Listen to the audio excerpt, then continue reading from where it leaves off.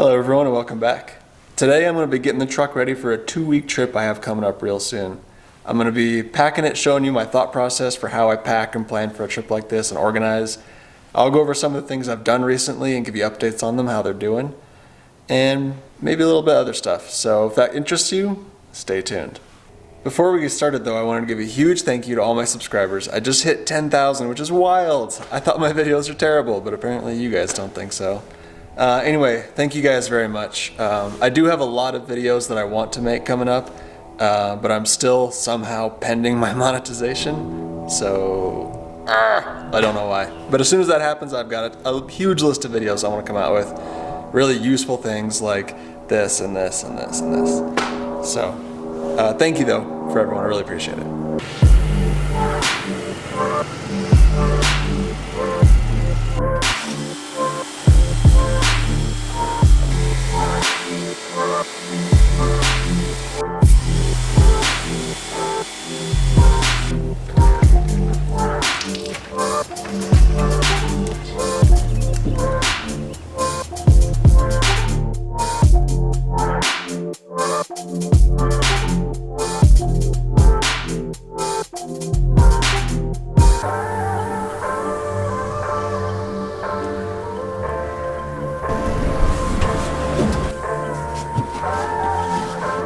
Alright, so if you've watched the walk around video of my truck, you've seen most of this stuff, but I'll go over some of it real quick. The fridge has still been working great. It's, you know, a budget fridge. It was like $300 from Costway.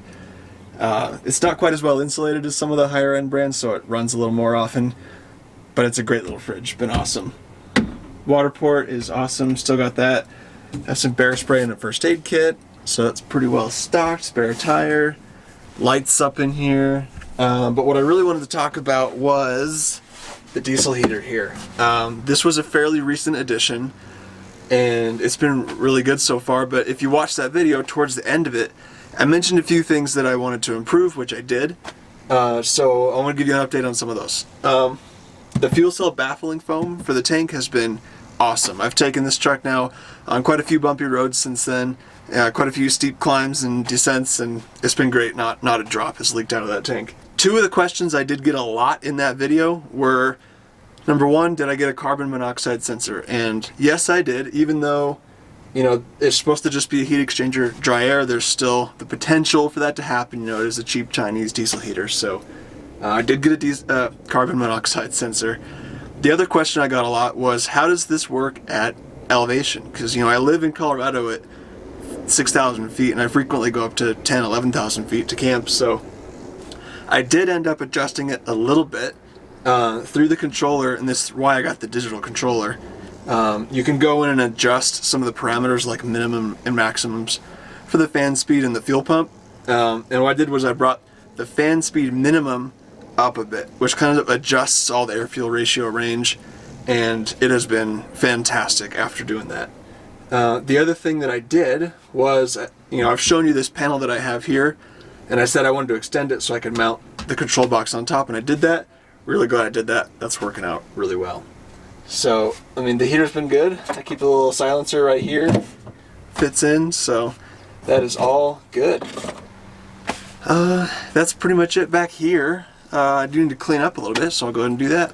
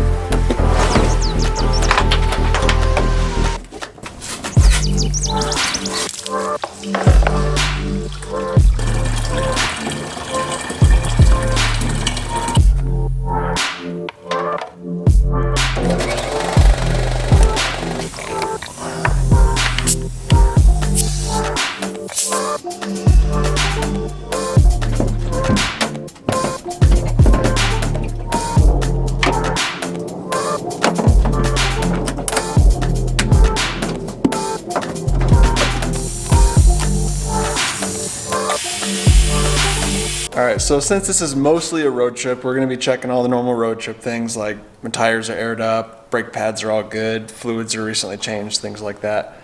In addition to that, this truck is pretty much due for a water pump, so I'll go ahead and change that this weekend as well. I may or may not show that on the camera. For the second gen Tacoma, it's pretty easy actually because there's a timing chain, not a timing belt, so the water pump's just driven by the serpentine. Pretty easy. Alright, now we're going to touch up these sliders, and the reason I never powder coated these, A, is because they're welded to the truck, but B is because I scratch them up all the time, and I have to touch them out multiple times a year, and now we're going to do that.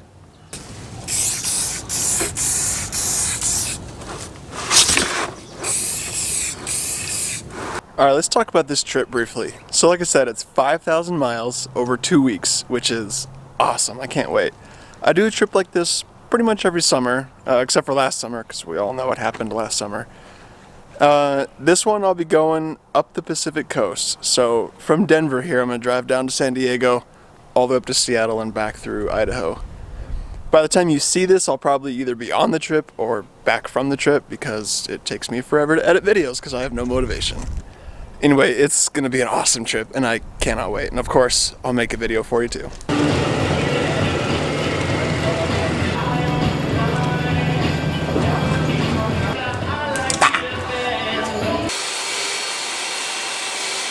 Alright, so let's talk about packing a little bit now.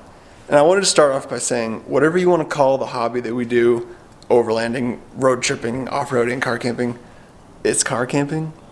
Don't get too worked up about it. I do try to keep it pretty minimal, but that being said, I'm not a backpacker either. The things that I bring will vary depending on the trip I'm doing. If I'm going wheeling for a day, I'm not going to bring half this stuff, and if I'm going on a road trip without much off-roading, I'm going to bring a lot of different stuff. So that's what I'll go over today. So we'll start off here with the basic stuff that I bring pretty much every time I go out, no matter what I'm doing. I've got tools and some spare parts here with an impact and drill bits, all kinds of different tools. Recovery stuff here. This bag, by the way, ARB sells this bag. It's a great little bag, even though nothing in there is from ARB. Cool bag. And then an air compressor as well. So I bring these three every time I go out, no matter what I'm doing.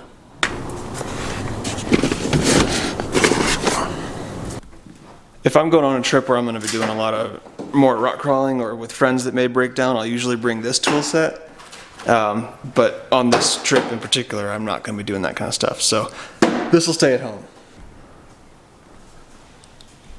So I've got this Lifetime cooler here that ever since I got the fridge I haven't really used. But if you are looking just for a cooler, that's a great one. It's about $100 and it is the equivalent of a Yeti and it's made in America. It's fantastic. Sleeping bag I usually don't bring ever since I got the diesel heater for obvious reasons. So those usually stay at home. So speaking of coolers, I have this little one here from Arctic and it's a great little ice chest, waterproof. I usually just bring that when I want ice, not necessarily to put drinks in, but to put in drinks if I'm making like a cocktail or something. So this is usually a little bit more bougie for like camping trips and stuff. Don't bring that very often, but I like it, and it's a lot cheaper than the Yeti one, for what it's worth. Something else you're going to want to bring every time you go out is some water. Maybe not necessarily this much. This is a 7-gallon tank from Reliance. It's just a real cheap one, but it's a great little water tank. So between this and the water port, I have 10 gallons, but keep in mind the water port is not technically rated for food safe because it's like ABS plastic or something. So you can shower with it and, I don't know, wash dishes maybe, which is usually what I do with it. But I wouldn't use that for drinking water unless you're desperate. Anyway, so I usually bring that. And speaking of water and the water port, this is a little pop-up shower room that I have. It's pretty small and I usually only bring that if I'm doing like a many-day trip, like at least 3 days. Like I don't bring that on the weekends or anything. But I will bring it on this one because I'll be on the road for 2 weeks. So I definitely want to bring that. Alright, everyone's got to have some camp boxes and these are mine. This one's usually just food and drink kind of stuff. I just realized how many ramen noodles I have in there. Good lord. Anyway, this is mostly empty because I put dry food in here from the grocery store. so there's a lot of room in here. The only cooking thing I have in here is the Jetboil. I usually have 2 cans of fuel with it. Works pretty well. So that's the food box. Then this is the cooking box where I've got all my, cooking type stuff and fire starting stuff. I have this little grill from Coleman. It's nice. It fits in there, but it's a full-size burner. A skillet with the handle comes off, cutting board, propane, fire starter's axe, or hatchet, all kinds of stuff like that. So that's that box. Usually this box is on the bottom because I don't need it as much, and I'll put this one on the top because I like to snack. As I start to put stuff in here, the organization will make sense, I assure you. Alright, then we got the usual chairs and table, nothing fancy about that. The table's pretty big, so sometimes I use it, sometimes I don't.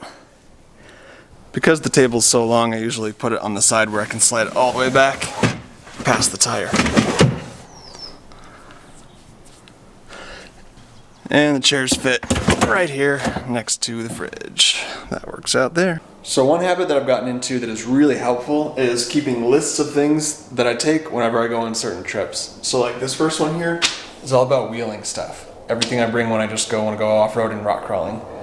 This one here is everything I bring when I go camping, including the camp boxes, and then this one here is things that are in the camp boxes.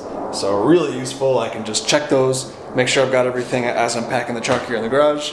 Works really well. So I usually throw the water somewhere around here. I have these bungee straps that I kind of go through the handle there, but I'll go around for now, and around the boxes and just kind of strap everything in.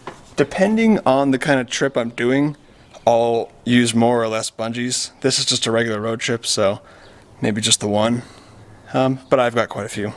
So curse of the short bed is starting to take over. I really wish I would have gotten an access cab truck instead of the double cab, so I can have the 6.5 foot bed, but it is what it is.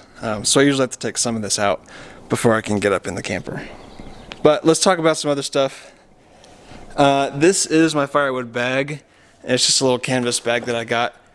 The reason that I use that is because it keeps all of the little sawdust and wood trimmings from getting into the camper, because the camper is kind of my living room and it's how I go up into the tent. So I try to keep that relatively clean, which is why I have that.